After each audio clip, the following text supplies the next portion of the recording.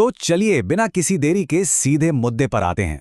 आज के इस विश्लेषण में हमारा पूरा फोकस राजस्थान की झीलों और उनके शानदार भूगोल पर रहने वाला है। जो भी लोग भूगोल में गहरी दिलचस्पी रखते हैं या फिर प्रतियोगी परीक्षाओं की जीतोड़ तैयारी कर रहे हैं, उनके लिए ये चर्चा बहुत ही खास होने वाली है, क्योंकि राजस्थान जैसे रेतीले प्रदेश में पानी और झीलों का विज्ञान समझना अपने आप में किसी बड़े रोमांच से कम नहीं है। आगे बढ़ने से पहले एक नजर डालते हैं आज के हमारे रोड मैप पर। हम शुरुआत करेंगे रेगिस्तान की जीवन रेखा को समझने से। इसके बाद खारे पानी और मीठे पानी का सीधा मुकाबला देखेंगे। फिर बात होगी खारे पानी के आर्थिक इंजन्स की, और उसके बाद चलेंगे मीठे पानी के शांत अभयारण्यों की ओर।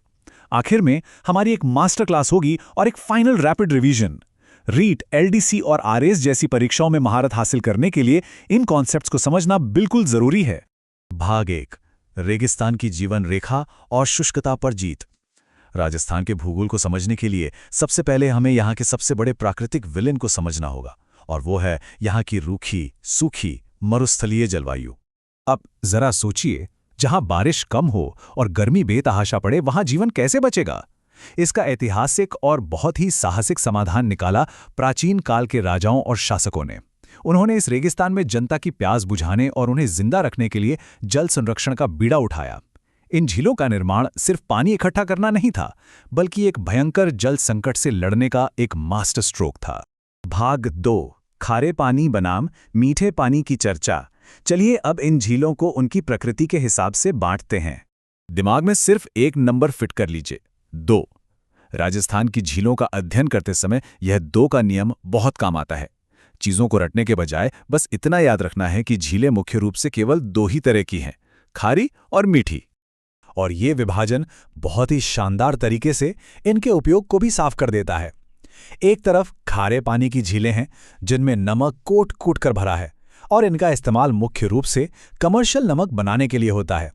वहीं दूसरी तरफ मीठे पानी की झीलें हैं, जो पीने के पानी और खेती-बाड़ी के लिए किसी संजीवनी से कम नहीं है। मतलब एक तरफ इकोनॉमी है तो दूसरी तरफ सीधा सीधा जीवन। भाग 3, खारे पानी के आर्थिक इंजन।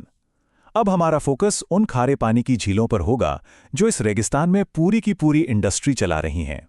इस लिस्ट में जो सबसे बड़े नाम हैं वो हैं सांभर झील, डीडवाना झील और लूणकरनसर झील। यहां डीडवाना पर खास ध्यान देना है, जो नागौर जिले में है। पता है क्यों? क्योंकि ये सीधा सवाल सीटी 2023 की परीक्षा में पूछा जा चुका है। भूगोल और अर्थव्यवस्था का ये कनेक्शन एग्जाम के नजरिए से बहुत ही सॉलिड है। अब जो बात सच में दिमाग घुमा देने वाली है वो है सांभर झील का विशाल आकार।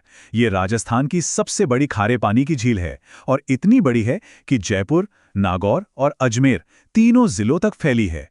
नमक उत्पादन के लिए तो इसका नाम पूरे देश में मशहूर है।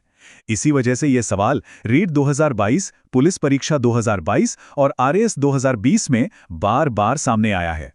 भाग 4, मीठे पानी के अभयारण्य।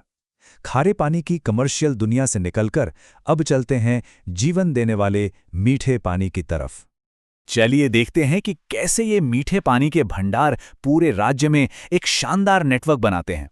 जयसमंद, फतेह सागर, पिछोला, नक्की और पुष्कर, ये वो प्रमुख नाम हैं जो इंसानों और खेती दोनों के लिए किसी वरदान से कम नहीं हैं। सदियों से यही झीलें यहां जीवन को सहारा दे रही हैं। और हाँ, झीलों की बात हो और झीलों की नगरी उदयपुर का जिक्र ना आए, ऐसा तो हो ही नहीं सकता। उदयपुर राजस्थान में कृत्रिम झीलों का सबसे बड़ा और खूबसूरत केंद्र है।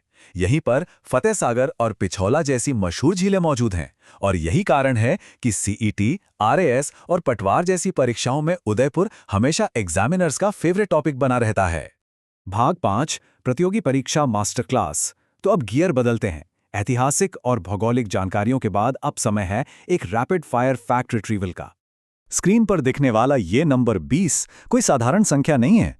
ये उन बेहद क्रूशियल पिछले बहुविकल्पीय प्रश्नों की संख्या है जिन्हें आज के इस पूरे विश्लेषण में कवर किया जा रहा है। अगर हम एग्जाम्स के पैटर्न को देखें तो जिलों के साथ झीलों का मिलान करना बहुत ही आम बात है। इसे एकदम सिस्टमैटिक तरीके से दिमाग में बैठा लीजिए।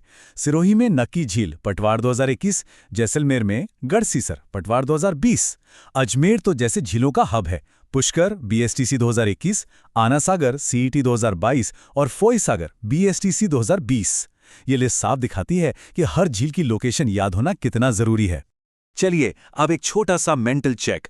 राजस्थान की सबसे अधिक ऊंचाई पर स्थित और सबसे प्रसिद्ध प्राकृतिक झील कौन सी है? सोचिए और बता दें। ये सवाल रीट 2021 और 2023 दोनों में सीधा सीधा पूछा गया था। बिल्कुल सही। सबसे क्रूशियल पॉइंट है नक्की झील। ये सिरोही जिले में सबसे ऊंचे स्थान पर स्थित है। एक रेगिस्तानी राज्य में इतनी ऊंचाई पर एक प्राकृतिक झील का होना ही अपने आप में एक भौगोलिक चमत्कार है। इसे तो भूलना ही नहीं है। तैयार हैं एक और रैपिड फायर चुनौती के लिए। राजसमंद झील का निर्माण किसने करवाया था और राज्य की सबसे गहरी झील जयसमंद किस नदी पर बनाई गई है? हिस्ट्री और ज्योग्राफी का ये कॉम्बो अक्सर एग्जाम्स में बहुत सॉलिड मार्क्स दिलाता है।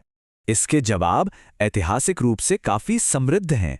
राजसमंद झील का निर्माण महाराणा राज सिंह ने करवाया था और दूसरी तरफ जयसमंद झील गोमती नदी पर बनी है। एक बात और, जयसमंद राज्य की सबसे बड़ी मीठे पानी की झील भी है और सबसे गहरी भी। LDC 2020 और 2022 के एग्जाम्स इसी फैक्ट पर बेस थे। भाग 6 फाइनल रैपिड रिवीजन। हम आज की इस चर्चा के बिल्कुल आखिरी और सबसे एनर्जेटिक हिस्से में आ गए हैं। चलिए फटाफट सारे जरूरी पॉइंट्स को दिमाग में लॉक करते हैं। इन 4 स्टेप्स को तो रट ही लीजिए। स्टेप 1 सबसे बड़ी खारी झील सांभर। स्टेप 2 सबसे बड़ी मीठी झील जयसमंद। स्टेप 3 सबसे ऊंचाई पर स्थित नक्की। और स्टेप 4 सबसे प्रमुख धार्मिक केंद्र वाली झील पुष्कर। बस ये 4 पिलर्स याद हैं तो बहुत सा काम आसान हो जाएगा। और आखिर में एक ऐसा सवाल जो हमें थोड़ा सोचने पर मजबूर करता है, क्या आज का आधुनिक समाज पानी का उतना ही शानदार तरीके से संरक्षण करेगा जितना राजस्थान के उन प्राचीन शासकों ने किया था? ये सवाल सिर्फ इतिहास की बात नहीं है, बल्कि आज की हमारी जिम्मेदारी और प्रकृति के प्रति हमारी समझ पर एक बहुत बड़ा सवालिया निशान लगाता है। सोचिएगा जरूर।